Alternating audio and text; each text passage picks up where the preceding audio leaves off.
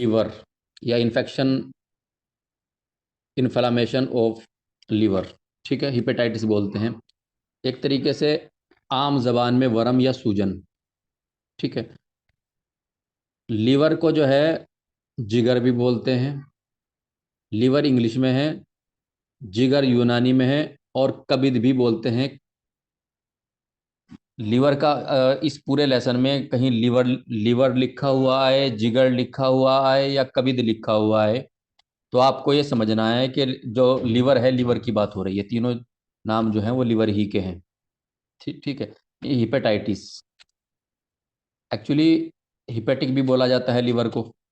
तो हिपेटाइटिस यानी कि इन्फ्लामेशन ऑफ लीवर, यानी कि लीवर की सूजन या इन्फेक्शन ऑफ लीवर, या लीवर का तादिया, संक्रमण जिसे कहते हैं। अब इसकी डेफिनेशन क्या है, इसको हम कैसे समझेंगे? सबसे पहले हम अपना यूनानी कॉन्सेप्ट लेके चलेंगे, यूनानी कॉन्सेप्ट को क्लियर करेंगे, उसके बाद एलोपैथिक कॉन्सेप्ट, और उसके बाद कुछ ऐसे पॉइंट्स होते हैं जिनकी उम्मीद लगाई जाती है, कुछ अपवाद होते हैं या कुछ स्पेशल पॉइंट होते हैं जिनके अंदर कुछ ना कुछ स्पेशलिटी होती है। उनके अंदर से एक इस तरह का हिंट मिलता है कि ये एग्जाम में आ सकते हैं। एक टीचर को वो लगता है कि ये एग्जाम में आ जाएंगे, तो उन पे भी फिर डिस्कशन हो जाता है क्लास में। ठीक है। तो सबसे पहले क्या है, इसकी डेफिनेशन पढ़ते हैं। हम यूनानी शुरू कर रहे हैं, तो इसको यूनानी के हिसाब से ही समझना आप लोग। ठीक है, बिल्कुल उसी हिसाब से, इसका फंडामेंटल ऑफ यूनानी के हिसाब से इसको लेके चलना आसानी हो जाएगी। अब जिगर शुरू करते हैं। जिगर में वर्म यानी कि इन्फेक्शन होने पर जिगर फूल जाता है। किसी भी जगह इंसान के जिस्म में जब इन्फेक्शन होता है तो वो जगह फूल जाती है, सूजन आती है। ठीक है। तो इसी तरीके से जब जिगर में इन्फेक्शन होता है, जिगर भी फूल जाता है, जिगर में खून भर जाता है। ठीक है। जिसके बाद उरूक, उरूक वेसल्स, हमारे यहाँ यूनानी में जो उरूक होती है, जो आर्टरी होती है उसको भी उरूक कहते हैं, जो वेन होती है उसको भी वेसल्स बोल देते हैं, और जो लिम्फ वेसल्स है उनको भी वेसल्स बोल देते हैं। एक तरीके से यहाँ लिम्फ का मतलब, सॉरी, वेसल्स का मतलब उस पाइप में से है जिसमें से कोई खिल्त दौरा कर रही हो, निकल रही हो। तो जिसके बाद उरूक यानी वेसल्स से खून रिसना यानी एक्सुडेट होना शुरू हो जाता है। जब वर्म आने के बाद लिवर में खून भर जाता है, और खून भरने के बाद जो है वेसल्स से खून रिसना शुरू हो जाता है। रिसना ऐसा कहते हैं, एक तो होता है किसी चीज से निकलना, धार बांध के निकलना, एक होता है रिसना, मतलब निकलता हुआ दिखाई नहीं देता, लेकिन होता क्या है, वो होता है, यानी कि रिश्ता रहता है, निकलता रहता है। जैसे कि कपड़े में मान लीजिए शहद रख लिया, तो जब ऊपर से दबाएंगे तो निकलता हुआ नहीं दिखाई देगा कहाँ से निकल रहा है, लेकिन मतलब निकलता हुआ दिखाई नहीं देगा, लेकिन निकला हुआ दिखाई देगा। निकल गया है शहद कपड़े में को, पार हो गई तो दिखाई देगा, लेकिन निकलता हुआ नहीं दिखाई देगा, क्योंकि वो सुराख नहीं दिखाई देते जिनसे वो निकल रहा है। तो इस कंडीशन को एक्सुडेट बोलते हैं, यानी कि रिस रिस के आना किसी चीज को। ठीक है। तो एक्सुडेट होना शुरू हो जाता है क्या, खून जो है वो एक्सुडेट होना शुरू हो जाता है, जिससे क्या होता है, जिगर नरम पड़ जाता है। क्योंकि पहले तो जिगर में जो है जिगर फूल जाता है। ठीक है, फूलना शुरू हो जाता है, फूलने के बाद वो मोटा हो जाता है, जब मोटा होने के बाद उससे ब्लड रिसना शुरू हो जाता है, बाहर की तरफ छन्ना शुरू हो जाता है, तो जिगर क्या आपको नरम पड़ जाता है। ठीक है। और जिगर की सतह यानी कि सरफेस पर दाने नमूदार हो जाते हैं, जो सतह है वो दानेदार हो जाती है। कब?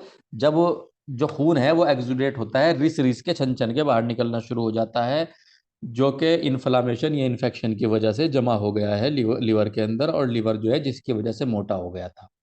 यानी कि वो खून जो इन्फेक्शन की वजह से, इन्फ्लामेशन की वजह से जिगर के अंदर इकट्ठा हो गया था, और जिगर जिसकी वजह से मोटा हो गया था, जब वो खून एक्सुडेट होना शुरू हो जाए, यानी कि रिसना शुरू हो जाए, ठीक है, छन्ना शुरू हो जाए, तो उसके बाद क्या होगा, लीवर जो है वो लपलपा सा हो जाएगा। ठीक है, ढीला ढीला सा हो जाएगा।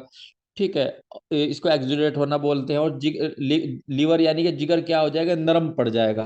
क्योंकि जब किसी चीज से कोई चीज जो है खाली हो जाती है तो वहां नरमाहट हो जाती है, और जब वो पूरी तरीके से फुल भरी हुई होती है तो वो टाइट होती है। तो जब वहां से ब्लड जो है एक्सुडेट होना शुरू हो जाएगा तो नरमाहट आ जाएगी, और जिगर की सतह दानेदार हो जाती है।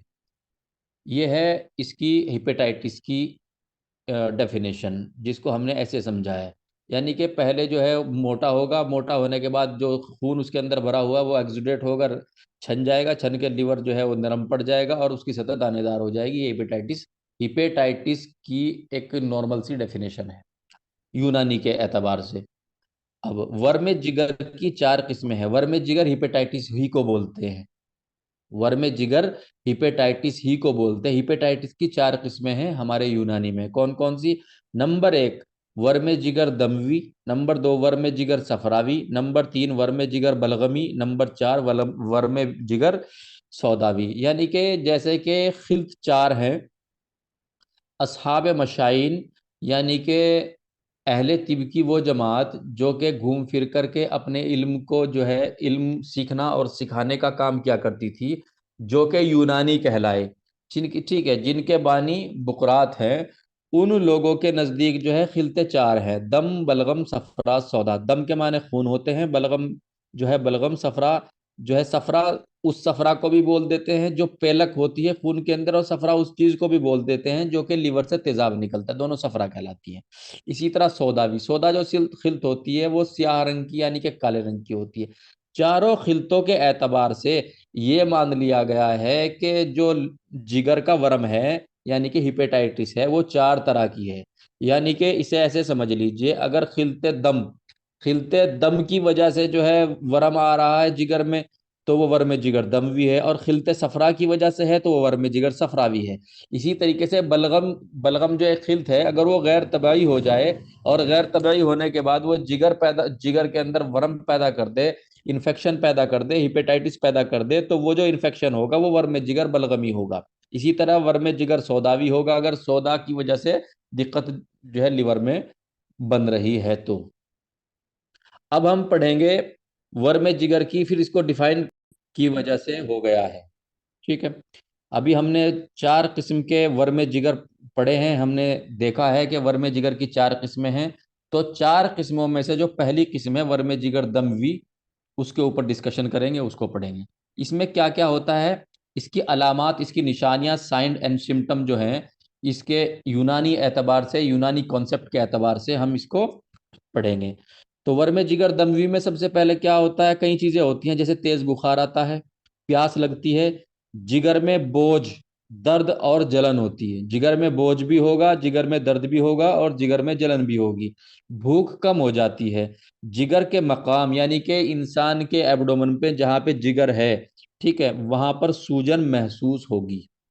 चेहरा सुर्ख हो जाएगा। ठीक है, जो मरीज वर्म जिगर दमवी में मुबतला है उसका चेहरा क्या हो जाएगा, सुर्ख हो जाएगा। क्यों? क्योंकि खून का रंग भी क्या होता है, सुर्ख होता है। तो चेहरा भी, जो वर्म जिगर दमवी में मुबतला मरीज है उसका चेहरा भी खून के रंग की तरह ही क्या होगा, सुर्ख हो जाएगा, लाल हो जाएगा। जबान यानी कि जीभ, ठीक है, इसका क्या होगा, खुश्क यानी सूखी हुई होती है। क्यों? क्योंकि अंदर जो है लिवर में जो है इन्फेक्शन और इन्फ्लामेशन की कंडीशन बन रही है। सूखी खांसी होती है। पेशाब सुर्ख व गलीज आता है। सुर्ख कहते हैं लाल को, ठीक है, गलीज कहते हैं गाढ़े को। वाह के माने और, यानी कि पेशाब सुर्ख और गलीज यानी कि लाल और गाढ़ा आता है। हिचकियाँ आती है। ये किस में होता है? ये वर्म जिगर दमवी में होता है। हम वर्म जिगर दमवी पढ़ रहे हैं, जो पहली किस्म है वर्म जिगर की उसको पढ़ रहे हैं। अब इसी में हम थोड़ा सा आगे को चलेंगे। समझने की बात है।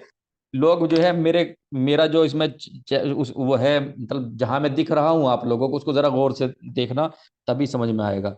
जो लिवर होता है वो कुछ कुछ इस शेप का होता है, ऐसा होता है लिवर।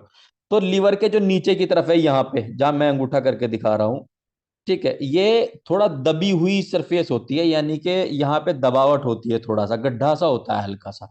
और जो ये जो ऊपर की तरफ होती है, ऊपर इधर, इधर इधर, ये इधर की तरफ, ये जो लीवर की ऊपर वाली सतह है, मतलब अगर लीवर यूं है, इसको अगर लीवर यूं है, तो जो ऊपर की सतह है इधर वाली, ये तो उभरी हुई होगी। और जो इधर की सतह है नीचे वाली, ये क्या होगी, इसमें गड्ढा सा होगा। जो सतह उभरी हुई होती है उसको कॉन्वेक्स बोलते हैं। जिस सतह में दबावट होती है, गड्ढा सा होता है, उसको कनकेव बोलते हैं। जैसे कि हमारी आंख है, हमारी आंख क्या है, कन्वेक्स, उभरी हुई होती है, तो कन्वेक्स होता है। इसी तरीके से अगर मैं इस चुल्लू को ऐसे कर लूं, अपने हाथ के ऐसे कर लूं, तो इसमें गड्ढा हो गया, ये क्या होगा, कनकेव हो गया, इसके अंदर जगह बन गई। तो जब लीवर ऐसे है, तो लीवर की जो ये सरफेस है ऊपर वाली, ये कन्वेक्स कहलाएगी, और ये जो नीचे वाली सरफेस है जिसमें गड्ढा सा है, ये कनकेव कहलाएगी। इसको आप ऐसे समझिए, क्योंकि वर्म जिगर यानी कि जिगर का जो वर्म है, अगर इसकी कन्वेकेव सरफेस में यहाँ पे ज्यादा होता है तो उसकी अलामत निशानियां अलग होती हैं। और अगर जिगर का जो इन्फेक्शन है वो ऊपर की साइड होता है, ऊपर की साइड, ठीक है, जिसको कन्वेक्स यानी कि उभार वाली सतह कहते हैं, तो इसके बाद निशानियां अलग नजर आती हैं। यानी कि वर्म जिगर, जिगर के अंदर वर्म है, अगर जिगर के अंदर वर्म जो है कन्वेक्स यानी कि ऊपर की तरफ हो, ऊपर की तरफ, ठीक है, जिधर से जिगर जो है वो मोटा मोटा सा उभरा उभरा सा दिखाई दे रहा है, ठीक है, तो उसको कन्वेक्स कहेंगे। और अगर जिगर के नीचे वाली सतह में जो है उधर वर्म है तो उसको जो है कनकेव कहेंगे, यानी कि दबी हुई सरफेस एक तरीके से, ठीक है। तो यही देखना है कि वर्म जिगर मुकअर, मुकार को मुकार भी पढ़ देते हैं इसको, लेकिन आप इसको इजी करने के लिए मुकार पढ़ रहा हूं मैं, यानी कि कनकेव, यानी कि जो लीवर की नीचे वाली सरफेस है उसमें अगर वर्म हो, उसके अंदर अगर हिपेटाइटिस, हिपेटाइटिस का जो साइट हो वो हो, तो उसको क्या कहेंगे, वर्म जिगर मुकार, यानी कि सूजन जो है वो नीचे की तरफ है, वर्म जो है वो नीचे की तरफ है, ठीक है। अब इसमें क्या होगा, इसमें देखिए बात सुनिए, मान लीजिए लीवर है, लीवर के नीचे की तरफ इन्फेक्शन हुआ, ठीक है, हिपेटाइटिस जो है लीवर के नीचे की तरफ है, आप सब लोग ध्यान देना। तो नीचे क्या पड़ता है, नीचे तो इंटेस्टाइन्स है, गाल ब्लैडर है, ठीक है, और इधर साइड में लेफ्ट साइड में चलेंगे तो क्या है, लेफ्ट साइड में स्टमक है, पेट है, ठीक है।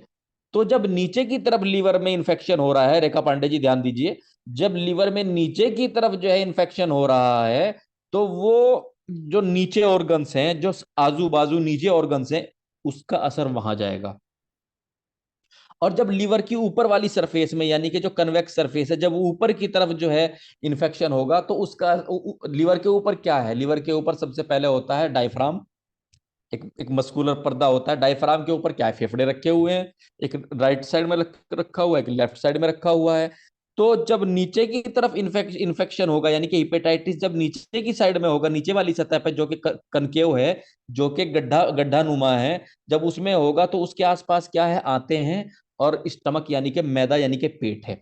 तो इसका असर, इस हिपेटाइटिस का असर अगर नीचे की तरफ है, कनकेव की तरफ है, तो पेट की तरफ जाएगा और आंतों की तरफ जाएगा। इसी हिपेटाइटिस का, अगर हिपेटाइटिस का असर जो है कन्वेक्स यानी कि ऊपर की तरफ, यानी कि उभार वाली साइड में है, तो ऊपर क्या है, फेफड़े हैं, फेफड़े हैं, और ये ऊपर जो है गला है, और ये हंसली की हड्डी है, ठीक है, कॉलर बोन जिसको कह देते हैं, तो यहां तक इसका असर जाएगा, कनकेव में, कन्वेक्स में, सॉरी कन्वेक्स, उभार वाले में, और कनकेव नीचे की तरफ है तो फिर नीचे पेट की तरफ असर जाएगा। अब हम क्या पढ़ रहे हैं, वर्म जिगर मुक्कार, यानी कि मुकार कहते हैं गड्ढे वाली साइड, ठीक है, जिसमें मतलब जगह बनती हो अंदर। तो उसमें अगर वर्म हो रहा है जिगर में, अगर जिगर के उस साइड में वर्म आ रहा है, यानी कि हिपेटाइटिस जो है नीचे की सतह में है, तो उसमें क्या होगा, जो स्टमक है, ठीक है, जो पेट है और जो आते हैं, वहां असर पड़ेगा उसको। कैसे, हिचकी आती हैं, अगर कनकेव, कनकेव यानी कि वर्म जिगर मुकार यानी कि नीचे वाली सतह पर जो है हिपेटाइटिस का असर आ रहा है, तो क्या होगा, हिचकी आएंगी। क्यों, क्योंकि जो स्टमक है उसको जो है खुश्की भी मिलेगी, और उसको वहां तक जो है इसके वर्म का असर जाएगा, तो हिचकी आती हैं, उल्टी आती हैं। क्यों, क्योंकि पेट, पेट तक जो है उस वर्म का असर जा रहा है। भूख बिल्कुल नहीं लगती, भूख खत्म हो जाती है, क्योंकि जिगर के मुकार यानी कि कनकेव साइड के करीब मैदा स्टमक होता है। तो मैदे से संबंधित यानी कि मैदे से जुड़ी हुई जो परेशानियां होती हैं, जैसे उल्टी और हिचकियां, ज्यादा सामने आती हैं। हेपेटाइटिस वर्म में। जिगर अगर मुकार है, यानी कि लीवर की नीचे वाली साइड है, तो नीचे वाली साइड के बाईं तरफ जो है स्टमक है ना, स्टमक है, और स्टमक के जो है पाइलोरस है, बॉडी है, फंडस है, ये जो है स्टमक के अलग अलग ऑर्गन्स हैं। अगर ये सारे के सारे ऑर्गन्स हैं, इसके अलग सारे के सारे पार्ट्स हैं, और दूसरे ऑर्गन्स हैं, जैसे कि नीचे जो है फिर ड्यूडिनम आ गया है, तो असर जो है कहीं ना कहीं हाजमे से जुड़ी हुई चीजों पे पड़ेगा, जैसे कि उल्टियां, हिचकियां, ठीक है, कच्चा जी यानी कि नौजिया, यानी कि भूख बिल्कुल ना लगना, अगर वर्मे जिगर मुकार यानी कि नीचे, अगर इसको मैं लीवर मान लूं, तो लीवर की मुकार यानी कि नीचे वाली साइड में है। अब वर्मे जिगर मुहद्दब, ठीक है, जिसको कन्वेक्स यानी कि अगर ऊपर वाली साइड में है, तो ऊपर क्या है, लंग्स है, तो लंग्स का क्या काम है, सांस लेना। तो कहाँ दिक्कत होगी, सांस लेने में दिक्कत होगी, सांस लेने में दिक्कत होगी। ठीक है, और दूसरी जो दिक्कतें होंगी वो हम पढ़ते हैं, क्योंकि जिगर की मुहद्दब यानी कि कन्वेक्स साइड यानी कि ऊपर वाली साइड में जब दिक्कत हो रही है, वरम आ रहा है, तो क्या होगा, डायफ्राम यानी कि हिजाबे हाजिज के ज्यादा करीब होती है, क्या, ऊपर वाली साइड लीवर की। ठीक है, इसलिए खांसी आएगी। क्यों? क्योंकि खांसी इसलिए, क्योंकि जिगर का जो ऊपर वाला हिस्सा है, ठीक है, उसमें इन्फेक्शन है, उसमें वर्म है, और वो जो वर्म है वो डायरेक्ट जो है कहीं ना कहीं फेफड़ों को परेशान कर रहा है, दिक्कत कर रहा है। तंगी तनफ्फुस, तनफ्फुस कहते हैं रेस्पायरेशन को, सांस लेने को, तंगी कहते हैं दिक्कत होना, यानी कि सांस लेने में दिक्कत होना। सांस लेने में दिक्कत होने के लिए सिर्फ एक शब्द, एक वर्ड इंग्लिश में बना है, डिस्निया। डिस्निया के मायने है सांस लेने में परेशानी होना। ठीक है, अब डिस्निया की स्पेलिंग क्या है, DYSPNOEA। इसमें एक ना तो पी पढ़ा जाएगा ना ओ पढ़ा जाएगा, ना तो पी पढ़ा जाएगा ना ओ पढ़ा जाएगा, डिसनिया। अगर हम इसको बिल्कुल ऐसे पढ़ें एज इट इज, तो डिस्पनोइया, तो इसको डिस्पनोइया नहीं पढ़ेंगे, इसको हम डिस्निया पढ़ेंगे, यानी कि सांस लेने में दिक्कत। पी और ओ जो है इसमें पढ़ा नहीं जाता। अब क्या होता है सांस लेने में परेशानी, तरकवा, तरकवा इस हड्डी को बोलते हैं, अज़्म तरकवा बोलते हैं, ठीक है, इस हड्डी को। ठीक है, और ये गले की हड्डी को, और वैसे जो है ये जो हमारा पूरा कॉलर है इसको तरकवा बोल देते हैं, लेकिन अज़्म तरकवा, एक हड्डी इधर है एक हड्डी इधर है, अज़म के माने हड्डी, तरकवा के माने कोलर बोन, यानी कि कोलर को तो बोलते हैं तरकवा, और अज़्म तरकवा, तरकवा के माने कोलर, और अज़्म तरकवा कोलर की हड्डी, और वो कौन सी है, क्लेविकल। और क्लेविकल कितनी है, दो, एक इधर एक इधर। ये जो हड्डी जिसे हम हाथ से पकड़ के देख लेते हैं ऐसे, ये एक स्किन के नीचे होती है, ठीक है, महसूस होती है। तो तरकवा जो कहते हैं कॉलर को बोलते हैं, और अज़्म तरकवा, अज़्म के माने हड्डी होती है, यानी कि कॉलर की हड्डी, कॉलर बोन, तो क्या है, क्लेविकल है। तो क्या होता है इसमें, तरकवा यानी कि क्लेविकल के आसपास, कॉलर बोन के पास, दाएं तरफ, दाएं तरफ क्यों, क्योंकि दाएं तरफ लीवर है, और इन्फेक्शन कहाँ हो रहा है, लीवर में। ठीक है, हिपेटाइटिस कहाँ हो रहा है, लीवर में।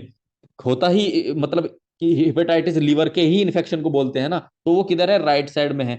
तो जो राइट साइड की जो कॉलर बोन है उसके आसपास जो है, जिस टाइम पे कन्वेक्स साइड में यानी कि लीवर के जब ऊपर की तरफ जो है इन्फेक्शन होगा, यानी कि जो वर्मे जिगर मुहद्दब होगा, जिसको कन्वेक्स बोल देते हैं, तो क्या होगा, ऊपर की तरफ जो है मतलब परेशानी होगी, और वो परेशानी कहाँ होगी, फेफड़ों से लेकर के कॉलर बोन तक जाएगी, राइट साइड में।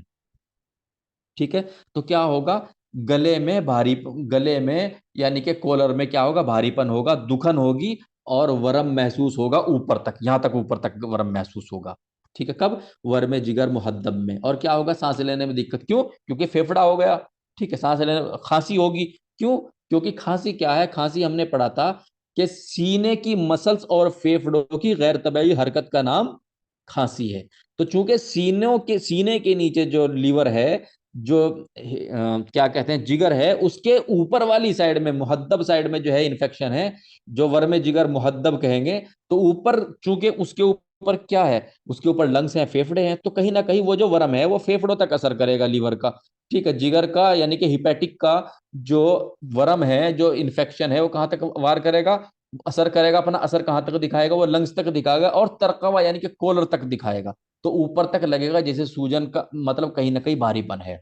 तो ये कब होगा, वर्मे जिगर मुहद्दब। अब इसको दोबारा समझ लीजिए सिर्फ एक लाइन में, वर्मे जिगर मुकार यानी कि लीवर की नीचे वाले गड्ढे वाली साइड में अगर इन्फेक्शन हो जाए, यानी कि हिपेटाइटिस हो जाए, तो वर्म आ जाए, तो उसमें क्या होगा, हिचकी आएगी, उल्टी आएगी, भूख नहीं लगेगी।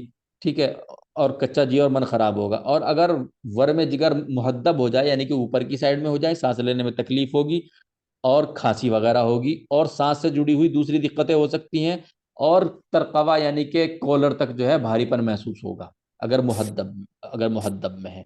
ये दोनों चीजें हो गई। अब एक छोटा सा इसमें नोट्स क्या लिखते हैं ये, अगर वर्मे जिगर, अगर वर्मे जिगर मुकार व मुहद्दब दोनों साइड में हो, तो ये बहुत खतरनाक होता है। अगर नीचे की साइड में भी हो जाए, ऊपर की में, फिर क्या होगा, उल्टियां भी लगेंगी, मन खराब भी होगा। ठीक है, भूख भी नहीं लगेगी, हिचकियां भी आएंगी, क्योंकि नीचे की साइड में, और ऊपर की साइड में भी है, तो फिर क्या होगा, सांस लेने में तकलीफ भी होगी, खांसी भी होगी। ठीक है, दमे जैसी कंडीशन बन जाएगी, सांस खींचने में परेशानी होगी, फिर सारी की सारी दिक्कत होगी। यानी कि फिर क्या होगा, कॉलर से लेकर के और नीचे पेडू तक, नाफ तक जो है पूरा परेशानी पैदा हो जाएगी, अगर वर्मे जिगर मुहद्दब भी है, यानी कि ऊपर की तरफ, और मुकार भी है यानी कि नीचे वाली साइड। ठीक है, इसको ऐसे कहते हैं। असबाब, इसकी क्या वजह होती है, ये अब मैं आपको बताता चलूं। ये जो हम पढ़ रहे हैं ये यूनानी कॉन्सेप्ट के मुताबिक पढ़ रहे हैं, तो यूनानी कॉन्सेप्ट के हिसाब से ही समझना है। ठीक है, इसके असबाब यानी कि कारण, यानी कि वजह क्या बताइए अतीब हजरात ने। शराब ज्यादा पीने से हो जाता है वर्म जिगर। ठीक है, हिपेटाइटिस किससे हो जाता है, शराब ज्यादा पीने से हो जाता है। ज्यादा मीठी और ज्यादा तली भुनी यानी चिकनी चुपड़ी चीजें खाने से हो जाता है। ठीक है, बुखार में हो जाता है पेचिश यानी कि एमीबियासिस। ठीक है, एंट अमीबा हिस्टोलिटी का जो इन्फेक्शन होता है उसकी वजह से हो जाता है। ठीक है, क्योंकि उसका जो इन्फेक्शन है वो कहीं ना कहीं जो है आंतों में, आंतों से जो होते हुए जो है कहाँ तक परेशान करता है, लीवर तक परेशान करता है। ठीक है, क्योंकि जो जो गिजा आंतों में है वो कहाँ पहुंचती है, अकॉर्डिंग टू यूनानी वो पहुंचती है जिगर में। जिगर में हजम होने के बाद फिर वो कहाँ जाती है, फिर वो आंतों में जाती है। ये किसका कॉन्सेप्ट है, यूनानी का। तो अगर यूनानी के कॉन्सेप्ट के मुताबिक देखें तो जो पेचिश है, या हम एमीबियासिस का भी पूरा नाम नहीं लेंगे, एमीबियासिस मैंने सिर्फ लिखने के लिए बोल दिया है, क्योंकि एमीबियासिस की जो थ्योरी है, एमीबियासिस की थ्योरी क्या है, मॉडर्न में है, यूनानी में नहीं है। यूनानी में तो पेचिश है। एंट अमीबा हिस्टोलिटी का जो है वो एक यूनिसेलुलर प्रोटोजा है, जोआ है। और यूनिसेलुलर चीजें कब दिखी हैं, जब हमने माइक्रोस्कोप की खोज कर ली। जब हमने माइक्रोस्कोप की खोज कर ली, और माइक्रोस्कोप की खोज कब हुई, जब हम एलोपैथिक में आ गए। तो एमीबियासिस जो है वो मॉडर्न के एतबार से है, यूनानी के एतबार से नहीं है। मैंने लिख दिया है ताकि आप समझ लें। ये छोटी छोटी पॉइंट्स मैं आपसे इसलिए डिस्कशन में रखता हूँ, इसलिए डिस्कस करता हूँ, ताकि आपको जिस टाइम पर आपके सामने कोई सवाल आए ना, तो आप ये समझ जाओ फौरन आपके समझ में आना चाहिए कि मॉडर्न से पूछा है या यूनानी से पूछा है, ताकि आपको उसका जवाब देने में आसानी हो। क्योंकि अगर आप उसका जवाब मान लीजिए मॉडर्न के एतबार से दे रहे हैं, मॉडर्न के एतबार से पूछा है, तो इसका मतलब ये थोड़ी देर के लिए यूनानी एक तरफ रख दो, मॉडर्न के एतबार से दे दो। और अगर यूनानी के एतबार से आ लिया तो सारे जितने के एलोपैथी का कॉन्सेप्ट है उनको एक साइड रख दो और यूनानी के एतबार से दे दो। यानी कि होगा क्या, 50-50 जो सवाल आएंगे ना, 50 जो है वो मॉडर्न से आते हैं तकरीबन, 50 जो एलोपैथी आते हैं तकरीबन, कम बेश 2-4 सवाल ऊपर नीचे हो जाए। तो उसमें ये होता है, अगर हमने ये डिसाइड, हमें कम से कम इतना क्लियर कर लिया कि सवाल जो है वो यूनानी से है या एलोपैथिक से है, तो जिससे सवाल है उसके ऊपर ध्यान देंगे, जिससे सवाल नहीं है उसको पूरी को छोड़ दो 1 मिनट के लिए, उसमें फिर दिमाग लगाओ ही ना। तो इसलिए मैंने इतना बड़ा समझाया कि पेचिश कहेंगे, यूनानी में एबीबीएसिस नहीं है, मैंने लिख दिया है। ठीक है, आंतों में, आंतों के खराब मादे जिगर में पहुंचने से, खाने में बेतरतीब खाने से, गंदा खाने से, ज्यादा गर्म चीजें खाने से क्या हो जाता है, वर्म जिगर हो जाता है। ठीक है, बेतरतीब खाने से, उल्टा सीधा खाने से, गंदा खाने से वर्म जिगर हो जाता है। अब इसका इलाज क्या है, इलाज भी यूनानी के हिसाब से देखिए। नंबर 1 क्या होती है, बासलीक। हमने जो है इलाज भी तदबीर पढ़ा था। इलाज भी तदबीर में एक है वेंसेक्शन। वेंसेक्शन यानी कि किसी किसी वेन को काट करके। वेन क्या होती है, ये जो ऊपर ऊपर हमें दिखाई देती है ना, जिनमें हम कैनुला लगाते हैं, ये जो हरी हरी सी होती है, ग्रीन ग्रीन सी, इनको बोलते हैं वेन। और आर्टरी कहाँ होती है, आर्टरी होती है अंदर मसल्स में। आर्टरी को जो है, आर्टरी को जो है रब ने मसल्स में अंदर रखा है। क्यों रखा है, क्योंकि उनके ऊपर प्रेशर पड़ता है, अगर वो ऊपर उठती तो उनका फूटना बहुत आसान हो जाता और कहीं से भी ब्लीडिंग हो जाती और मरीज और इंसान जो है फौरन दम तोड़ दिया करता। इससे बचाने के लिए अंदर रखा। और ये तो मेरे इंसान का दिमाग है, रब ने तो पता नहीं क्या क्या सोच के अंदर रखा होगा। अगर बाहर होती कोई भी हल्का सा ब्लेड मार करके इंसान को जख्मी कर दिया करता। ठीक है, बहुत सारी चीजें हैं। जितना मेडिकल में जाओगे, इतना मतलब ऊपर वाले की कुदरत समझ में आती चली जाएगी। ठीक है, तो क्या है, जो ऊपर है, जो हरी हरी सी है ये, ठीक है, ये क्या है, ये है वेन। और जो नीचे है अंदर मसल्स में है वो क्या है, आर्टरी। ठीक है, अब होता क्या है, जो वेंस होती हैं, इनके अंदर क्या होता है, वेंस के अंदर, वेंस के अंदर से जो है ना ब्लड निकाल देते हैं। जो खराब खून होता है, जो खराब खून होता है या खराब खिल्त होती है कोई भी, उसका तनकिया कर देते हैं, उसको खून से निकाल देते हैं। ये यूनानी का कॉन्सेप्ट है, मॉडर्न का कॉन्सेप्ट नहीं है वेन सेक्शन। याद रखना, ये जो इस तरीके से खून निकाल के फेंकने या दबाने का कॉन्सेप्ट है, ये यूनानी का है, मॉडर्न में ऐसा कोई कॉन्सेप्ट नहीं है। ठीक है, ये मैं आपको इसलिए बता रहा हूं ताकि आप इन चीजों को क्लियर करते चलें। ठीक है, तो बासलीक, इसमें यूनानी में क्या करते हैं, कई चीजों का इलाज जो है वो मतलब रेजिमेंटल थेरेपी से करते हैं। यानी कि दवाई नहीं देते, बल्कि कोई इस तरह का जुगाड़ कर देते हैं कि उससे जो है मरीज को आराम हो जाता है। जैसे वेंसेक्शन कर दिया, यानी कि नस से खून निकाला, दबा दिया। ठीक है, या कहीं जोंक चिपका दी। ठीक है, जोंक चिपका दी, कपिंग लगा दी, या दाग दिया। या पसीना पसीना हम्माम के जरिए से मरीज को जो है पसीना दिलाया गया। तो ये सारी क्या चीजें हैं, ये रेजिमेंटल थेरेपी है। रेजिमेंटल थेरेपी उस चीज को कहते हैं, मैं थोड़ा सा बताता चलूं, जिसमें मतलब ये है कि दवाई नहीं की बराबर देते हैं, और बल्कि कुछ इस तरह का इस तदाबीर करते हैं जिससे कि मरीज को जो है आराम हो जाता है। तो अब क्या करेंगे इसमें, बासलीक यानी कि तनूर बदन। बासलीक का दूसरा नाम तनूर बदन है। और बासलीक कहाँ होती है, जैसे हमारी बाजू है ना, हमारी कोहनी से लेकर के जो कि हमारी कलाई है, इसके अंदरूनी साइड, अंदरूनी साइड इसको कहते हैं। देखिए अगर हम ऐसे सीधे खड़े होते हैं, जो जो बाहर की साइड है वो बैरूनी साइड, ठीक है, उसको लेटरली बोलते हैं। जो अंदरूनी साइड है उसको मीडियली बोलते हैं। तो ये जो बासलीक है ये अंदरूनी साइड है, ठीक है। इसको तनूर बदन भी कहते हैं। तनूर कहते हैं तंदूर को जिसमें रोटी लगती है। और इंसान का यहाँ से लेकर के यहाँ तक, जो नीचे तक नाफ के नीचे तक का, ये एक तरीके से चूंकि खाना वाना हजम होता है तो इसको तंदूर कह दिया गया है। मतलब ये समझने के लिए इसको जहन में बिठा लीजिए, इसको कहीं लिखना नहीं है आपको, कभी इस थ्योरी को आप लिखने लग जाएं, बस इसको जहन में रखना है। क्या, जो बासलीक है वो तनूर बदन है। तनूर बदन यानी कि इंसान की यहां से लेकर के यहां तक की जो परेशानी है उसको खत्म करने के लिए वैन सेक्शन में क्या करेंगे, बासलीक यानी कि अंदर की तरफ जो वैन है उससे ब्लड निकालेंगे, ठीक है। अब एक होती है अखल। अखल को क्या कहते हैं, हफ्त अंदाम। अखल किसके बनती है, बासलीक और कीफाल दोनों की रगों के मिलने से बनती है, और ये सामने होती है जिससे ब्लड सैंपल लेते हैं डॉक्टर्स लोग, इसको बोलते थे अखल। इन दोनों से फसद करेंगे, यानी इन दोनों से खून निकाल करके क्या करेंगे, इन इन दोनों से खून निकाल करके खारिज कर देंगे, ठीक है। अब मैं एक छोटी सी चीज बताऊं जो मैंने यहाँ नहीं भी लिखी है, ठीक है, पेज नंबर 303 पे हम जो मैंने नहीं भी लिखी है। अगर अगर जिगर की किसी बीमारी में वेंसेक्शन करना है तो जो राइट साइड का, जो राइट बाजू है, जो दाहिना बाजू है, उससे निकालेंगे।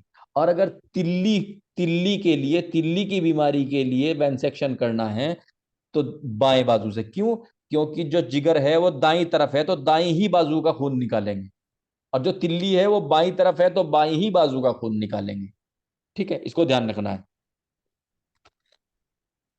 अब ये पहला पॉइंट हो गया। पहला पॉइंट क्या हुआ, बासलिक और अखल की फसद खोल देंगे, यानी कि इनसे खून निकाल देंगे। दूसरा क्या होगा, सर्द यानी कि ठंडे मिजाज की दवाइयां।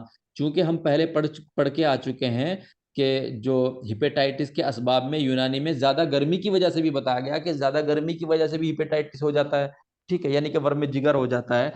तो फिर इसमें इसके ट्रीटमेंट में क्या क्या शामिल किया गया, ठंडी दवाई है जिनका मिजाज ठंडा हो, जैसे अरके मको, अरके कासनी, आब अनार यानी अनार का पानी, शिकंजबीन तुर्श, दही वगैरह, ठीक है। ये सब चीजें, शिकंजबीन तुर्श होगी, दही निकाल रहे हैं इसमें से क्योंकि हेपेटाइटिस में दही नहीं देंगे, ठीक है। शिकंजबीन तुर्श वगैरह पिलाएं। क्या क्या, दोबारा रिपीट कर रहा हूं, अरके मको, कासनी, आब अनार, शिकंजबीन तुर्श वगैरह पिलाएं, ठीक है। अब एक आगे इसका, इसमें एक पॉइंट तो ये हो गया, सबसे पहले क्या हुआ, फसद खोलेंगे। दूसरा ठंडी चीजें खिलाएंगे। तीसरा क्या है, तीसरे में नुस्खा है। नुस्खा क्या है, अरके कासनी, अरके अरके कशनीज सब्ज, अंगूर के पत्तों का निचोड़ा हुआ पानी, संदल यानी कि चंदन, गुलाब रोगन,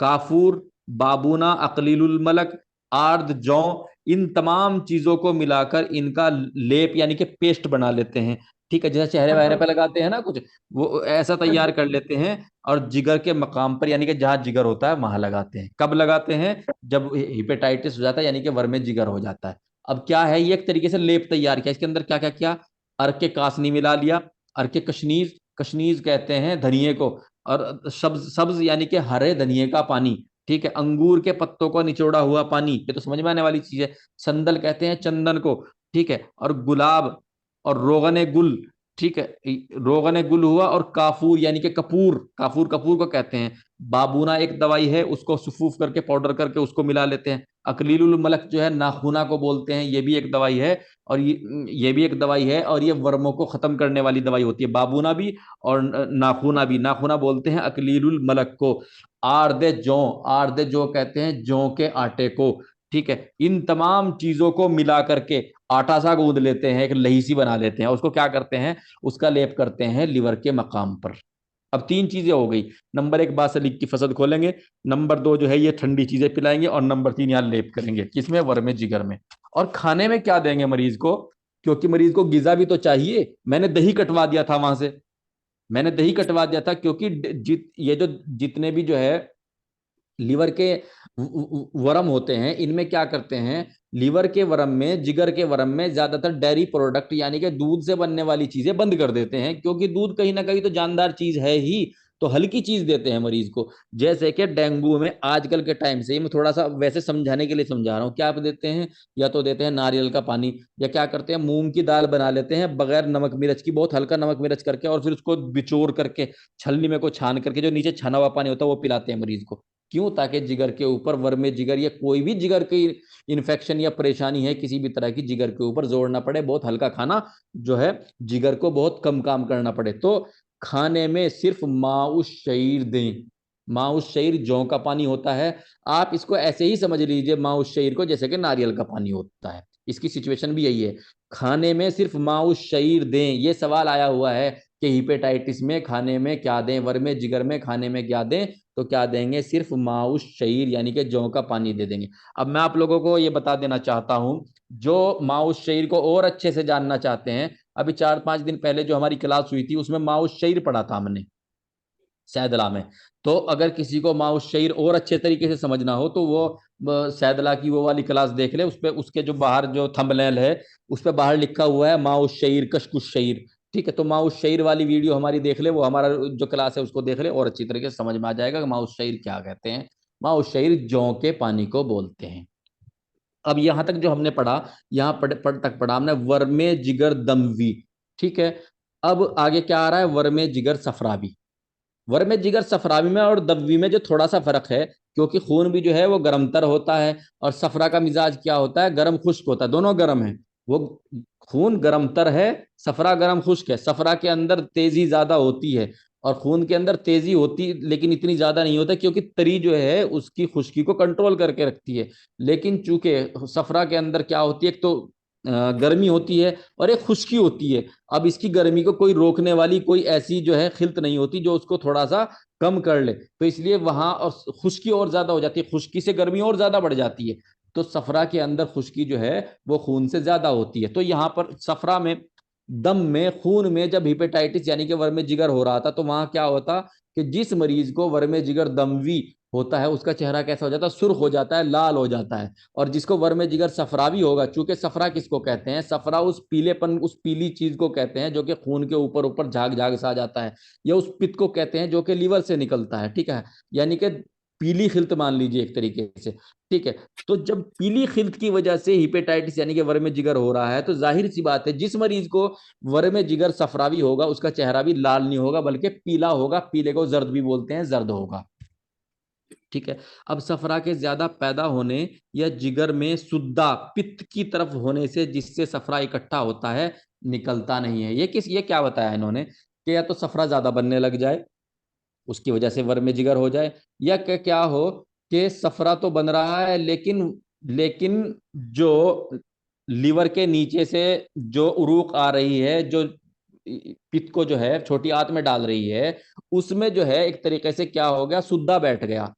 ठीक है, सूजन आई, वरम आई, उसमें सुद्दा बैठ गया, और उस सुद्दा की वजह से क्या हुआ, जो पित्त लीवर से आ रहा था, जो पित्त यानी कि सफरा लीवर से आ रहा था, वो नीचे छोटी आंत में नहीं गिर रहा बल्कि क्या हो रहा है, इकट्ठा हो रहा है। तो उसमें जो वर्मे जिगर होगा वो वर्मे जिगर सफरावी होगा, क्योंकि जो सफरा बन के आ रहा है वो आगे नहीं पास हो रहा, वो आगे नहीं निकल रहा। तो जब वो इकट्ठा होता रहेगा तो वहां पे क्या होगा, वरम आ जाएगा, उसको वर्मे जिगर सफरावी बोल देते हैं। वर्मे जिगर से फरावी में क्या होता है, सीधा सा याद रखिए कि सुद्दे आ जाते हैं। ठीक है, जो नली है जिसके जरिए से सफरा जो है, जो पित्त जो है वो छोटी आंत में गिरना होता है, वो गिरता नहीं है। क्या होता है, वो उसमें जो है सूजन आ जाती है नली में, वेसल्स में, उरूक में, और वो वहीं पे इकट्ठा होने लग जाता है, और उसकी वजह से क्या आ जाता है, क्या हो जाता है, वर्मे जिगर सफरावी हो जाता है। इसको ध्यान रखिए, वर्मे जिगर सफरावी में ज्यादातर सुद्दों का मसला पैदा होता है। ठीक है, अब क्या होता है इसमें, जबान या जीभ पीली हो जाती है, जर्द हो जाती है, पेशाब का रंग भी पीला हो जाता है। ठीक है, जबान पर छोटे छोटे दाने या फुंसियां हो जाती हैं, यानी कि एक तरीके से खुश्की की वजह से क्या होता है, जबान पे जो है कांटे से खड़े हो जाते हैं। ठीक है, तेज जलन और गर्मी होती है, और चेहरा जो है मरीज का वो पीलेपन पे आ जाता है। किसमें? वर्म जिगर सफरावी, यानी कि जिगर का ऐसा वर्म जो कि सफरा यानी कि जो पीली खिल्त है जिसमें इंसानी में, उसकी वजह से हो। अब इसका थोड़ा सा इलाज भी समझ लीजिए। ऐसे जोशानदे जो सफरा की तेजी को कम करें, क्योंकि सफरा एक निहायत बहुत ज्यादा जो है तेज खिल्त है, क्योंकि इसका मिजाज जो है गर्म खुश्क होता है, तो खुश्की बहुत ज्यादा इसके अंदर होती है और फिर गर्म, तो इसकी गर्मी जो है वो खुश्की की वजह से और जो है शदीद रुख इख्तियार कर लेती है, एक भयानक रुख इख्तियार कर लेती है, एक तेजी के साथ सामने आती है। ठीक है। अब इलाज क्या है? नंबर एक तो सफरा को कम करे, जो जो दवाई है वो देंगे। नंबर नंबर दो, ऑब्स्ट्रक्शन यानी कि जो रुकावट, जो सुद्दे बैठ गए हैं ना नली में, जिसके अंदर से सफरा नीचे आकर के आंत में गिर रहा था, तो ऐसी दवाई देंगे जो कि नंबर एक तो सफरा की तेजी को कम करेंगे, नंबर दो जो सूजन आ गई है, ऑब्स्ट्रक्शन हो गया है, वरम आ गया, वो वरम भी जो है खत्म हो जाए। अब वो कौन कौन सी दवाई है? तुख्म कासनी, तुख्म खयार, यानी कि जो अमलतास होता है उसके बीज, इसको तुख्म खयार शंबर भी बोलते हैं। मको यानी कि भंबोलन, ठीक है। परसिया वशा बाल छड़ को बोलते हैं। बेख कासनी, बेख कासनी जो कासनी होती है उसकी जड़ को बोलते हैं।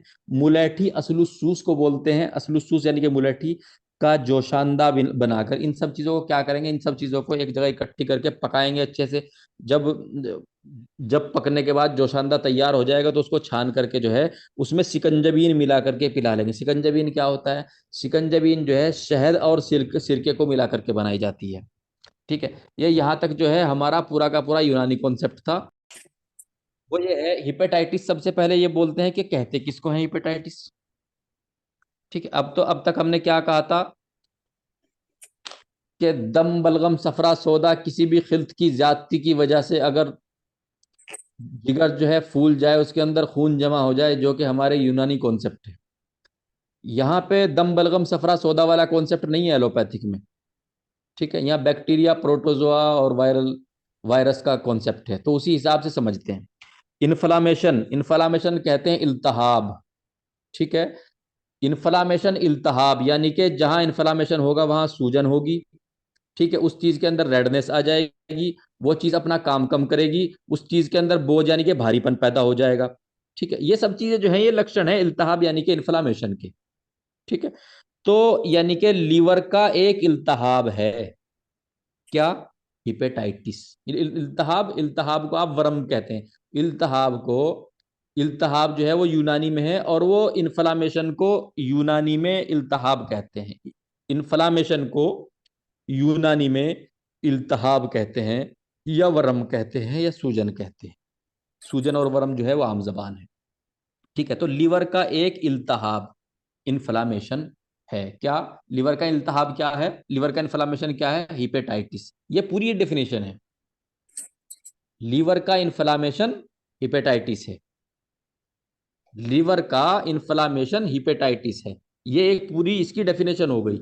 लेकिन ये बहुत छोटी सी चीज है, इसके अंदर कई चीजें छिपी हुई हैं। उन चीजों को जब हम सामने लाएंगे तो फिर हमारे और अच्छे से समझ में आएगा। अब मैं हिपेटाइटिस की आपको दूसरी डेफिनेशन देता हूँ मॉडर्न के एतबार से ही। उसके अंदर जो चीजें इसमें लीवर का जो इन्फ्लामेशन है वो हिपेटाइटिस है। इससे इससे बाहर कई चीजें निकल के सामने आएंगी, फिर हम इसको समझेंगे ये क्या होता है। ठीक है। हिपेटाइटिस जिगर की सूजन यानी कि इन्फ्लामेशन है। पहली बात ये तो हम पहले पढ़ चुके थे। अब जो अलग अलग किस्म यानी प्रकार के वायरस के द्वारा फैलता है, यहां नई चीज आई। किसकी वजह से इन्फ्लामेशन होता है? अलग अलग वायरस की वजह से, यानी कि कई कई वायरस होते हैं।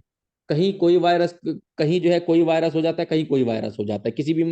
किसी बीमार व्यक्ति, आदमी, शख्स में जो है कोई वायरस देखने में पड़ता है, किसी बीमार में कोई वायरस देखने को आता है। ठीक है। जिससे लीवर में कोई परेशानी पैदा हो जाती है, कई परेशानियां पैदा हो जाती है। किससे? उन वायरस की वजह से जिनसे कि इन्फ्लामेशन हुआ है। जिगर के अंदर क्या हो जाता है? कई परेशानियां पैदा हो जाती हैं। ठीक है। जिनमें कुछ परेशानियां बहुत खतरनाक होती हैं। खतरनाक यानी कि जान बचाना मुश्किल हो जाता है उनमें। ठीक है। अब हिपेटाइटिस वायरस के साथ साथ कुछ दूसरी वजहों, जैसे कि लीवर में इन्फ्लामेशन तो हो, लेकिन सूजन तो हो, लेकिन हिपेटाइटिस बी, सी, ए वगैरह के वायरस की जांच निगेटिव आती है। इनका कहना एक मतलब ये है कि जो लीवर है, लीवर सूज तो रहा है, लीवर के अंदर वर्म तो है, लीवर के अंदर इल्तहाब तो है, इन्फ्लामेशन तो है, इन्फेक्शन तो है, लेकिन जब उस मरीज की, जिसको ये सारी दिक्कतें थी, या उनमें से कुछ दिक्कतें थी, जब उसका हिपेटाइटिस ए की जांच की, हिपेटाइटिस बी की जांच की, हिपेटाइटिस सी की जांच की, ठीक है, तो वो नेगेटिव आई। मतलब वायरस नहीं है लेकिन इन्फ्लामेशन है।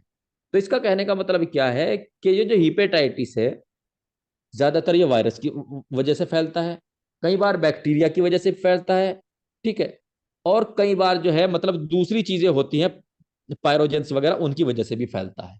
तो ये कहना चाह रहे हैं कि सबसे पहले जो इन्फ्लामेशन फैलता है लीवर में वो वायरस की वजह से, फिर बैक्टीरिया की वजह से, और फिर कुछ और वजह भी होती है, उनकी वजह से भी जो है हिपेटाइटिस हो जाता है। अब वायरस की वजह से जो होता है BC, A B C E D, ठीक है, ये सारे जो है ये वायरस हैं। और इसके अलावा और कई बैक्टीरिया हैं जिनकी वजह से इन्फ्लामेशन यानी कि जो लीवर की सूजन है, एक तरीके से मेन जबान में समझिए आप, ज्यादातर तो वायरस की वजह से, hepatitis A virus, hepatitis B virus, hepatitis C virus, hepatitis D virus, hepatitis E virus है, सारे वायरस हैं, ठीक है। लेकिन कई बार क्या होता है जब जांच करते हैं, सूजन तो होती है, सूजन तो होती है, लेकिन होता क्या है, ये सारी की सारी जांचें निगेटिव आ जाती हैं, ना ए होता, ना बी होता, ना सी होता, ना डी होता, ना ई होता, कुछ भी नहीं होता। तो कहाँ, बैक्टीरिया की वजह से, ठीक है।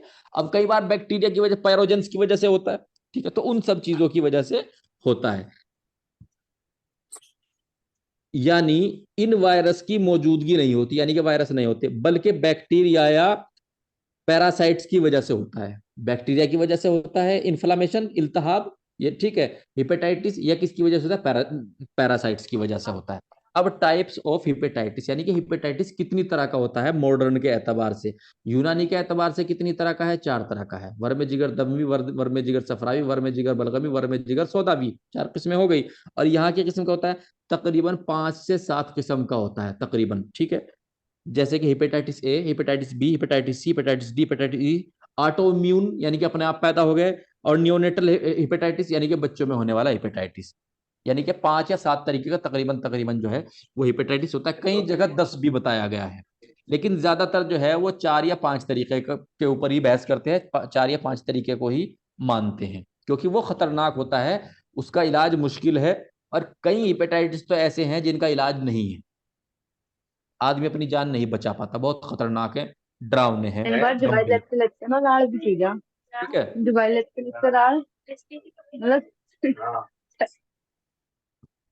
अब हिपेटाइटिस ए, हिपेटाइटिस ए, सबसे पहले हिपेटाइटिस ए के ऊपर बात करते हैं, ठीक है। हिपेटाइटिस ए का मतलब क्या है, हिपेटाइटिस, हिपेटाइटिस ए वायरस से फैलने वाला हिपेटाइटिस है। यानी कि एक हिपेटाइटिस है जो किस वायरस की वजह से, हिपेटाइटिस ए वायरस की वजह से फैल रहा है ये, ठीक है। इसमें क्या होता है, इसको वैक्सीनेशन यानी कि टीकाकरण के जरिए से रोका जाता है, इसका रोका जा सकता है। इसका मतलब क्या होता है, यानी कि अगर कोई हिपेटाइटिस ए की वैक्सीन लगवा ले तो वो हिपेटाइटिस ए से बचा रहेगा, ठीक है। हिपेटाइटिस ए की वैक्सीन लगती हैं, ठीक है। यह है गंदे यानी कि अनहाइजेनिक खाने और पीने से फैलता है, ठीक है। हिपेटाइटिस ए वायरस को HAV भी कहते हैं, HIV नहीं कहते, HAV। एच से हिपेटाइटिस, ए से ए, वी से वायरस, यानी कि हिपेटाइटिस ए वायरस। ये किससे होता है, गंदे खाने पीने से होता है।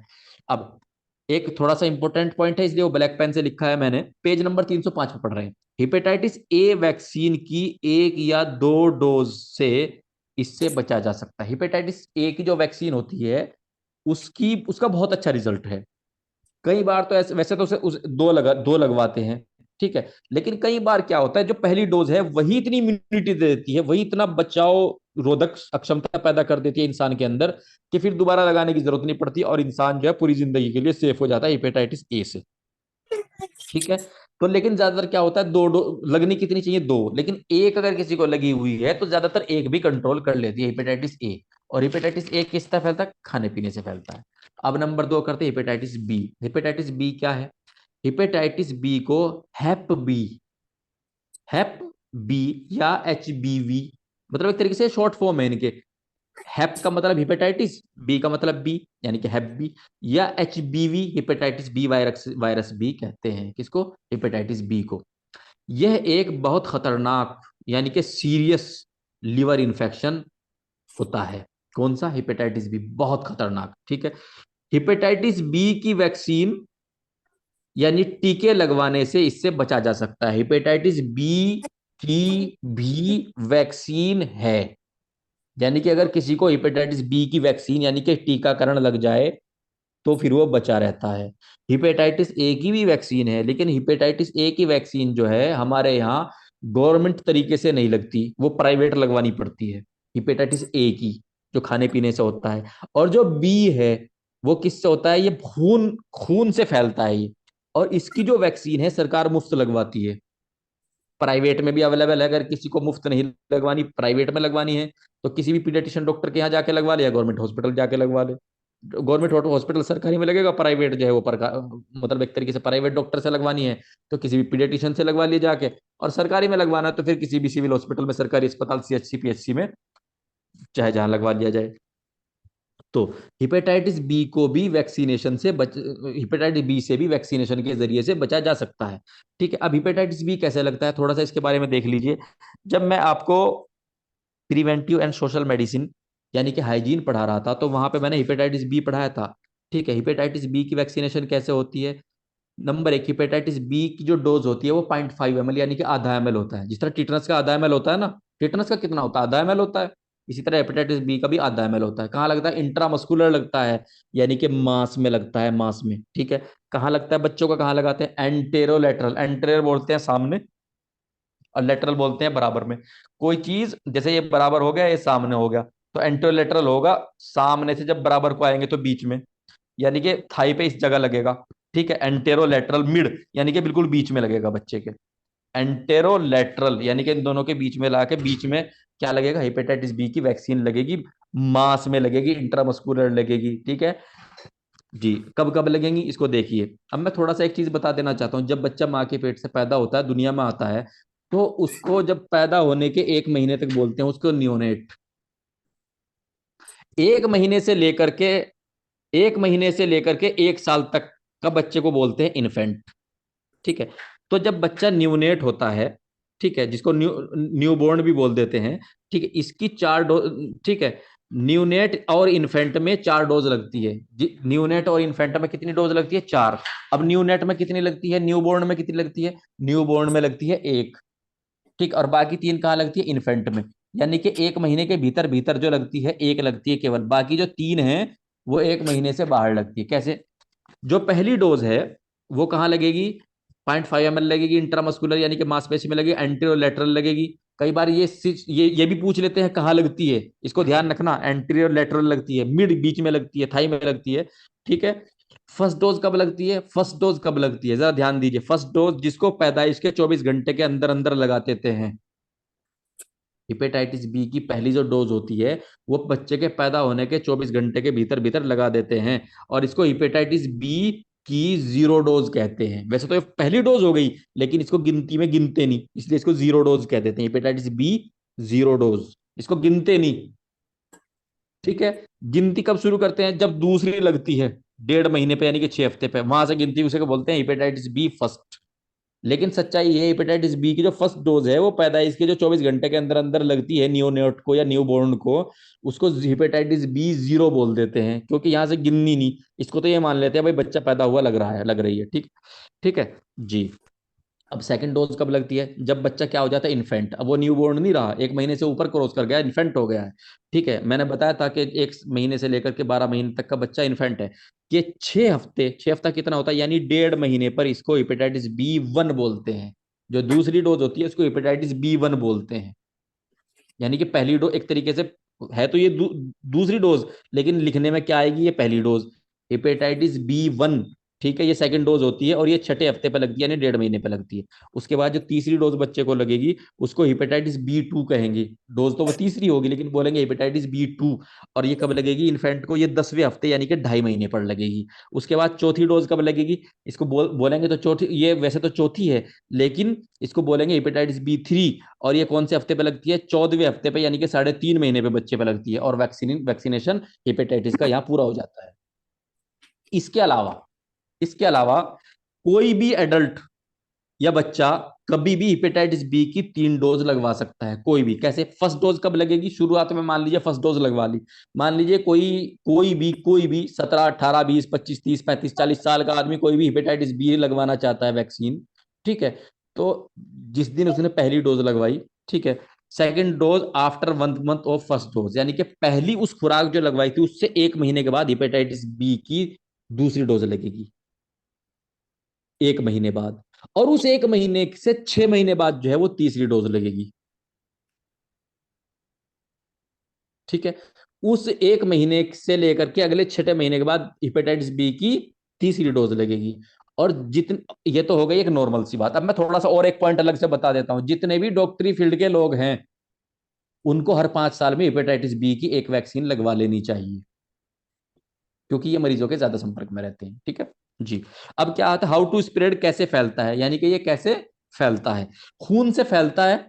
ठीक है, जब एक हेपेटाइटिस बी मरीज का खून किसी स्वस्थ यानी कि तंदुरुस्त इंसान के खून में पहुंच जाता है, मान लीजिए मुंह में गिर गया, आंख में लग गया, ठीक है, नाक में अंदर घुस गया, किसी तरीके से नीडल चुभ गई, ब्लड ट्रांसफ्यूजन, कोई हेपेटाइटिस बी का मरीज का खून चढ़ा दिया।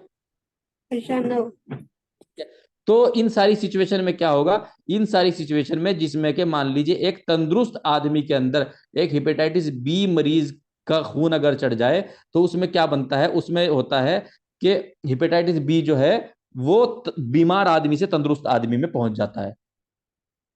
ठीक है, खून से पहुंचता है। और एक बार मैं आपको और बताऊं, ज्यादातर क्या होता है, जो बीमारियां खून से ट्रांसफर होती हैं, जो बीमारियां खून से ट्रांसफर होती है ना, वो बीमारियां दूध से भी ट्रांसफर होती हैं। और वो बीमारियां सीमन से भी यानी कि वीर्य से भी ट्रांसफर होती है, क्योंकि सीमन हुआ या दूध हुआ वो भी बॉडी से ही निकल के आ रहा है अंदर से। और उसमें भी वो सारी बीमारियां साथ चलती हैं, उसमें भी वो सारी बीमारियां प्रेजेंट रहती हैं जो खून में रहती हैं। तो आगे क्या लिखा है इन्होंने, कि खून में मान लीजिए किसी हेपेटाइटिस बी के मरीज को नीडल लगी थी, वो नीडल किसी सही आदमी को लग गई, या हेपेटाइटिस बी के मरीज का खून चढ़ गया गलती से किसी को, ठीक है, तो उससे स्प्रेड हो जाता है, उससे फैल जाता है। ठीक है, वेजाइनल एनल ओरल सेक्स से फैलता है, सेक्स करने से फैलता है। ठीक है, मां से बच्चे को, प्रेगनेंसी यानी कि गर्भावस्था में, मां से मां से फैलता है बच्चे को, कैसे कि गर्भावस्था में यानी कि प्रेगनेंसी में, क्योंकि मां के पेट में ही तो बच्चा है। अगर मां को हेपेटाइटिस बी है तो बच्चे को बिल्कुल। ठीक है, अब लेबर, जब वो बच्चा पैदा कर रही हो तो चूंकि उस टाइम पे ब्लीडिंग होती है, उस टाइम पे इन्फेक्टेड होने के चांस बहुत ज्यादा बनते हैं उस टाइम पे। मिल्क यानी कि लैक्टेशन, मिल्क यानी कि लैक्टेशन, चूंकि दूध जो है माँ के अंदर से ही तो रिस रिस के आ रहा है, मांस में से ही तो आ रहा है। जब वो बच्चे के पेट में जाएगा तो हेपेटाइटिस बी जो है माँ से बच्चे को ट्रांसफर हो जाएगा। अब हेपेटाइटिस बी एक्यूट का इलाज नहीं होता। एक्यूट हेपेटाइटिस बी दो तरीके से हमला करता है इंसान पे। एक तो करता है एक्यूट, एक्यूट क्या होता है, महीना 2 महीने में जो आदमी को खराब कर देता है। एक होता है क्रोनिक, मतलब बहुत आराम आराम से आ रहा है। जो एक्यूट होता है, इसकी सीवियरिटी, इसका इसका इसका हमला बहुत खतरनाक होता है, और ये बहुत थोड़े टाइम में ही जो इंसान को जो है खराब कर देता है, इंसान की बॉडी को खराब कर देता है। जो क्रोनिक होता है, क्रोनिक के साइन सिम्टम यानी कि निशानियां भी जल्दी से नहीं दिखाई देती। मरीज ज्यादातर कच्चा जी बताएगा, बस बस बताएगा, ठीक है, जल्दी से पता नहीं लगता। तो जो क्रोनिक है उसका टाइम पीरियड लंबा होता है, उसकी सीवियरिटी कम होती है, यानी कि उसकी तेजी कम होती है, टाइम पीरियड लंबा होता है, क्योंकि उसका टाइम पीरियड ज्यादा होता है। तो हिपेटाइटिस बी जो क्रोनिक है, जिसमें टाइम पीरियड लंबा होता है, उसमें इलाज करने का टाइम बहुत अच्छा मिल जाता है डॉक्टर को, तो वहां पे जो है मरीज क्योरेबल हो जाता है। ठीक है, लेकिन बी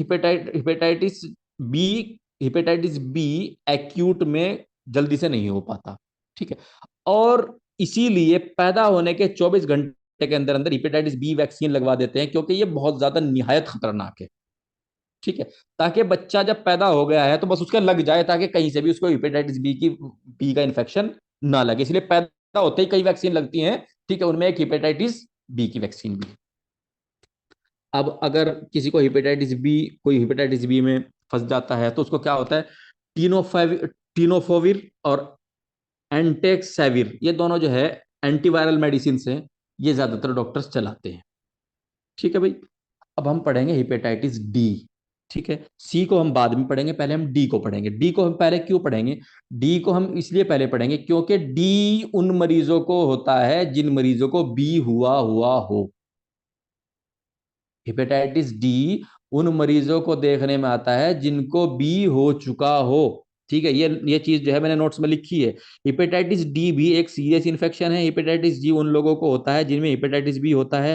हेपेटाइटिस डी खून से अनप्रोटेक्टेड सेक्स से फैलता है। अनप्रोटेक्टेड सेक्स यानी कि कंडोम वगैरह इस्तेमाल ना किया जाए। ठीक है, ये माँ से बच्चों में यानी कि प्रेगनेंसी में, लेबर में, मिल्क फीडिंग में, लैक्टेशन के दौरान फैलता है, यानी कि प्रेगनेंसी में, प्रेगनेंसी यानी कि गर्भावस्था में। लेबर, लेबर यानी कि जब एक माँ जो है वो विलादत बच्चे को पैदा कर रही हो। मिल्क फीडिंग यानी कि एक माँ जो है वो बच्चे को दूध पिला रही हो, या इसी तरीके से लैक्टेशन, उसी को बोलते हैं मिल्क फीडिंग को लैक्टेशन बोलते हैं, के दौरान फैलता है। ठीक है। अब इसमें हेपेटाइटिस डी में एक मेन पॉइंट ये है, ये सवाल पूछा भी जाता है, रेखा जी ध्यान दीजिए इधर। ठीक है। ये हेपेटाइटिस डी जो है, इसमें एक सवाल पूछ लिया जाता है कि हेपेटाइटिस डी किन मरीजों को होता है। वो हेपेटाइटिस डी उन मरीजों को होता है जिनमें हेपेटाइटिस बी पहले से पॉजिटिव हो। ठीक है। तो हेपेटाइटिस डी वायरस को एच डी वी भी कहते हैं शॉर्ट में। H D V, H for hepatitis, D for D, V for virus, hepatitis D virus. ठीक है। हेपेटाइटिस बी की वैक्सीन लगवाने से इसमें भी बचाव हो जाता है। क्यों? क्योंकि जब बी नहीं होगा तो डी भी नहीं होगा। ठीक है। अब एक होता है हेपेटाइटिस ई। एक होता है हेपेटाइटिस ई। हेपेटाइटिस ई का क्या मामला है? हेपेटाइटिस ई वायरस जो है वो हेपेटाइटिस ई वायरस से हेपेटाइटिस ई होता है। और ये अनहाइजेनिक यानी कि गंदा संदा खाने पीने से होता है। और फीकल मैटर यानी कि पाखाना वगैरह से अगर कहीं कोई कांटेक्ट में आ जाए उससे हो जाता है। ट्रीटमेंट क्या है? रिबाविरिन है और एंटीवायरल ट्रीटमेंट है। ठीक है। साइन एंड सिम्टम क्या है? जितने भी जितने भी हिपेटाइटिस हैं, चाहे वो किस तरीके भी है। अब हिपेटाइटिस सी जो है उसके बारे में मैं बता दूं। हिपेटाइटिस सी जो है ये भी ब्लड से लगने वाला है, अनप्रोटेक्टेड सेक्स से लगता है, यानी कि इससे लगता है, लैक्टेशन से लग जाता है। और लैक्टेशन से लग जाता है, दूध पीने से लग जाता है, लेबर यानी कि बच्चा पैदा होते टाइम लग जाता है, प्रेगनेंसी में लग जाता है, उसमें भी लग जाता है। लेकिन हिपेटाइटिस सी में क्या होता है? हिपेटाइटिस सी की वैक्सीन नहीं है, बी की वैक्सीन है। ठीक है। और सबसे खतरनाक हिपेटाइटिस बी है। हिपेटाइटिस सी में लेकिन एक अच्छाई हो गई है पिछले कुछ सालों में। पहले हिपेटाइटिस सी का इलाज नहीं था, पिछले कुछ सालों में हिपेटाइटिस सी का इलाज मिल गया है। ठीक है। अब क्या होता है, 3 से 6 महीने की एक वायरल थेरेपी देते हैं, एंटीवायरल मेडिसिन चलाते हैं, और उससे जो है हेपेटाइटिस सी ठीक हो जाता है। लेकिन इलाज महंगा है, तकरीब प्राइवेट में तकरीबन 80,000 से लेकर के 1,20,000 तक का इलाज है। सरकार जो है सरकारी अस्पतालों में फ्री भी ये सेवा करती है लोगों की। ठीक है। तो हिपेटाइटिस सी। अब हिपेटाइटिस सी हो, बी हो, ए हो, डी हो, बैक्टीरियल हो, ठीक है, या कोई सा भी हिपेटाइटिस हो। ठीक है। तो जितने भी हिपेटाइटिस हैं उनके अंदर ये कुछ चीजें कॉमन हैं, ये चीजें सारी दिखाई देंगी। क्या? नाउजिया, ठीक है, यानी कि कच्चा जी, मन खराब, वॉमिटिंग, ठीक है, एब्डोमिनल पेन, फटीग, थकान, भारीपन और फीवर, ये सारी चीजें दिखाई देंगी। क्यों? क्योंकि वजह कुछ भी हो, हेपेटाइटिस बी वायरस हो, सी वायरस हो, डी वायरस हो, ए वायरस हो, दिक्कत तो एक ही पैदा हो रही है ना, लीवर की खराबी। तो जब लीवर की खराबी होगी तो लीवर के खराब होने पर जो पेट में दर्द, उल्टी, कच्चा जी घबराना, बेचैनी, जान का गिरा गिरा रहना, वो सारी चीजें पैदा होंगी। ठीक है जी। अब बैक्टीरियल हिपेटाइटिस, बैक्टीरियल यानी कि कोई वायरस नहीं है, सिर्फ बैक्टीरिया की वजह से हो रही है। ठीक है। इसको पायोजेनिक लिवर एब्सिस या acute hepatitis and chronic chronic liver disease में भी आता है। ठीक है। पायोजेनिक लिवर एब्सिस यानी कि पस बन जाती है, कई बार लीवर के अंदर पस बन जाती है और वो बैक्टीरिया की वजह से बन जाती है। ठीक है। पायरोजेनिक लिवर एब्सिस क्या होता है?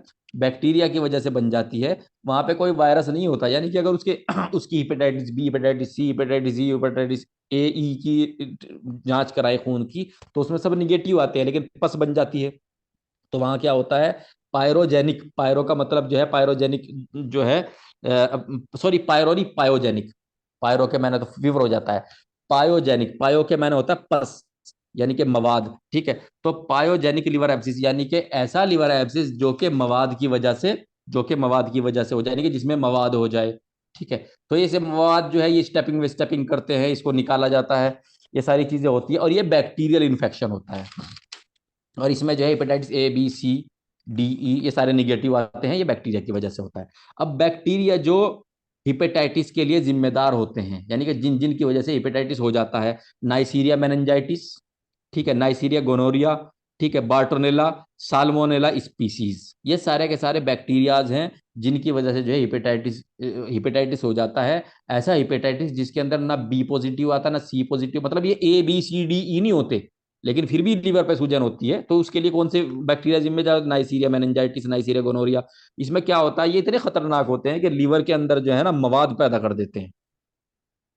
अब हम चूंकि मॉडर्न पढ़ रहे हैं, तो मॉडर्न में इन्वेस्टिगेशन भी आते हैं। एक चीज इन्वेस्टिगेशन से पहले मैं बता दूं, हेपेटाइटिस सी में मैं इसमें लिख नहीं सका, लेकिन हेपेटाइटिस सी की भी सारी चीजें तकरीबन तकरीबन सेम है।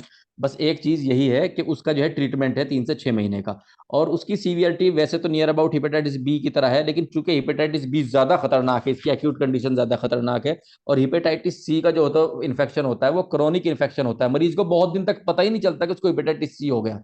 मरीज को हेपेटाइटिस सी का कब पता लगता है? मान लीजिए किसी सर्जरी ऑपरेशन कराने के लिए गया, ठीक है, कोई औरत है उसको हेपेटाइटिस सी है, वो बच्चे पैदा कराने के अस्पताल में भर्ती हुई, तो वहां पे जो उसकी वायरल जांचें करते हैं, आप लोग प्लीज ध्यान दीजिए, तो वहां पता लग जाता है। तो हेपेटाइटिस सी का पता ऐसे लग जाता है, ये साइलेंट होता है। ठीक है, बी बी का जो है एक बार को बी का थोड़ा सा प्रोमिनेंट होता है, एकदम खुल के सामने आ जाता है, भूख भूख पे ज्यादा फर्क पड़ता है, इंसान का चेहरा आंखें इस जो है पीली होने लग जाती हैं। लेकिन सी की कंडीशन का कई बार पता चलता ही नहीं बिल्कुल भी, तो कहाँ पता चलता है? जब कोई मरीज ऑपरेशन कराने के लिए गया, कोई औरत जो है वो उसको डिलीवरी होनी थी, लेबर होनी थी, तो उसको विलादत होनी थी, तो उस वक्त पता लगता है हेपेटाइटिस सी का। ठीक है, तो इन्वेस्टिगेशन क्या है? अब मैं हेपेटाइटिस सी के ऊपर क्या करूंगा, क्वेश्चंस बना दूंगा। हेपेटाइटिस सी के ऊपर क्वेश्चंस बना दूंगा, जिससे आपको समझने में आसानी हो जाएगी। अब इन्वेस्टिगेशंस क्या है, जांचें क्या क्या कराएंगे? ठीक है, नंबर एक, सीबीसी करा देंगे, सीरम बिलिरुबिन करा देंगे। ठीक है, एलएफटी करा देंगे, देखिए सीबीसी करा देंगे, सीरम बिलिरुबिन यानी कि बिलिरुबिन यानी कि एक तरीके से पित्त पित्त को देखने के लिए उसको करा देंगे। एलएफटी यानी कि लीवर फंक्शन टेस्ट, यानी कि लीवर कितना काम कर रहा है, कितने परसेंट काम कर रहा है, उसको करा देंगे। अल्ट्रासाउंड करा देंगे, और अल्ट्रासाउंड में भी एक एक अल्ट्रासाउंड जो है वो बहुत मशहूर होता है, जो हेपेटाइटिस में होता है, उसका नाम होता है ट्रांजिएंट इलेस्टोग्राफी। ट्रांजिएंट इलेस्ट्रोग्राफी, इसको याद कर लेना। इसको याद करने की वजह यह है, इस तरह की जो अलग सी चीजें होती है ना, जो एकदम अलग से पॉइंट होते हैं, उन्हें पूछ लेता है एग्जामिनर। ट्रांजिएंट इलेस्टोग्राफी जो है, लीवर डैमेज कितना हुआ है इसका पता लगता है ट्रांजिएंट इलेस्टोग्राफी में। ठीक है जी।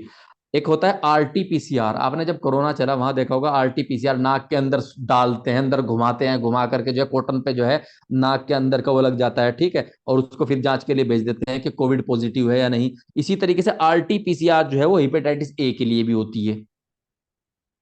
हेपेटाइटिस ए की बात कर रहा हूं मैं, सारे सारे वायरस की बात नहीं कर रहा हूं, मैं केवल हेपेटाइटिस ए की बात कर रहा हूं। हेपेटाइटिस ए के मरीज को की आरटीपीसीआर भी होती है।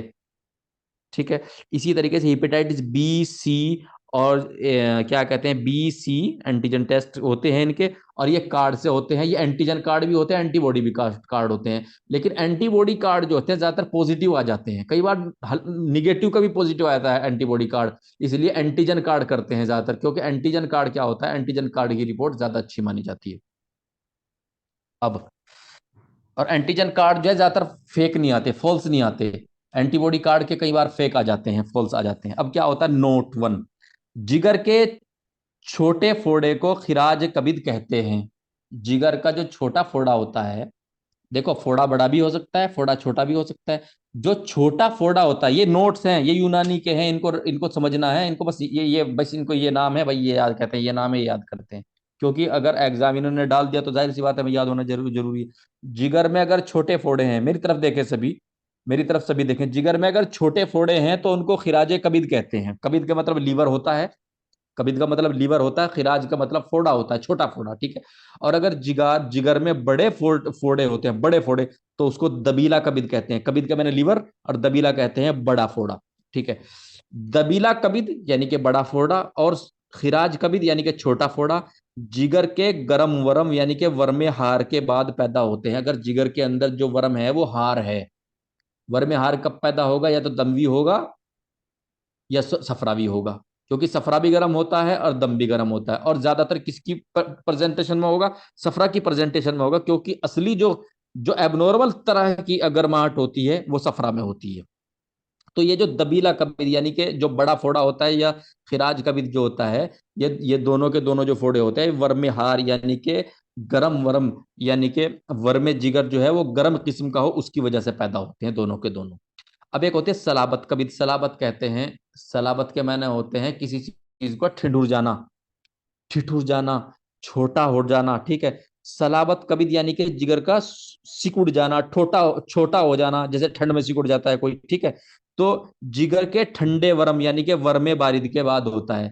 जब जिगर में ठंडे वर्म यानी कि कोई जिगर जब ठंड से सिकुड़ जाता है तो उसको बोलते हैं सलाबत कबिद। और जब कोई जिगर का जो वर्म है वो गर्मी की वजह से होता है तो उसको दबीला यानी कि बड़ा फोड़ा, और खिराज यानी कि छोटा फोड़ा बोलते हैं। ठीक है।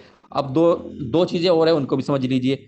खफकतुल कबिद, कबिद के बने जिगर होता है, खफकान कहते हैं घबराहट को, ठीक है। खफकतुल कबिद यानी कि लीवर का फड़कना, खफकतुल कबिद लीवर का फड़कना। और तबसर कबिद, ठीक है। तबसर बना है बसूर से, बसूर कहते हैं फुंसियों को। तबसर कबिद यानी जिगर की सतह पर फुंसिया फुंसियों का होना। ठीक है, इसको थोड़ा सा पढ़ लोगे तो याद हो जाएगा। ये बाद के जो 4 पॉइंट हैं ये इसलिए हैं क्योंकि इनमें से कई पॉइंट तो कई कई बार अलग अलग परीक्षाओं में यूनानी की, फार्मेसी की, बीयूएमएस की, एमडी की पूछ लिए गए हैं। और कुछ ऐसे हैं, कुछ बारीकी की चीजें हैं इनका पूछने का। देखिए, जो जिस जिस सब जगह से पॉइंट निकलते हो या कोई अपवाद निकलता हो, सवाल वहीं से आते हो। जो चीज कुछ स्पेशल सी, यूनिक सी लगती है, जो पॉइंट यूनिक से लगता है, सवाल वहीं से पैदा होता। तो ये यूनिक से पॉइंट थे कुछ, इसलिए मैंने आपको ये लिखवा दिए गए हैं। एग्जाम के पर्पज से थोड़ा अच्छे हैं।